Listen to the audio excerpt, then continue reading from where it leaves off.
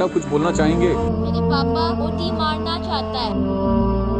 अस्सलामुअलैकुम नाज़रीन, आप देख रहे हैं हमारे YouTube चैनल और मैं हूं सुवारिया रहमान। गैर कानूनी तौर पर नजरबंद कश्मीरी हुर्रियत रहनुमा मोहम्मद यासीन मलिक की अहलिया मिशाल हुसैन मलिक ने कहा है कि मोदी हुकूमत उनके शोहर के अदालती कत्ल पर तुली हुई है। उन्होंने अक़वाम मुत्तहिदा और आलमी बरादरी पर जोर दिया है कि वो यासीन मलिक को ज़मीर का कैदी करार दें। मिशाल हुसैन मलिक ने एक बयान में कहा है कि बदनामे ज़माना मोदी हुकूमत यासीन मलिक को जेल में ही कत्ल करना चाहती है। भारत के बदनामे ज़माना तहकीकाती इदारे NIA ने एक बार फिर एक जाली और मनगढ़ंत केस में उन्हें सजाए मौत देने का मुतालबा किया है। उन्होंने अक़वाम मुत्तहिदा के सेक्रेटरी जनरल अंतोनियो गुतेरेस पर जोर दिया है कि वो फौरी तौर पर मदाखलत करें और यासीन मलिक के अदालती कत्ल की साजिश को रोकें, जिन्हें महज उनके सियासी अकायद की वजह से इंतकामी कार्रवाई का निशाना बनाया जा रहा है। उन्होंने मजीद कहा कि उनके शोहर का वाहिद जुर्म ये है कि उन्होंने मकबूजा जम्मू कश्मीर पर भारत के गैर कानूनी तसल्लुट को चैलेंज किया है।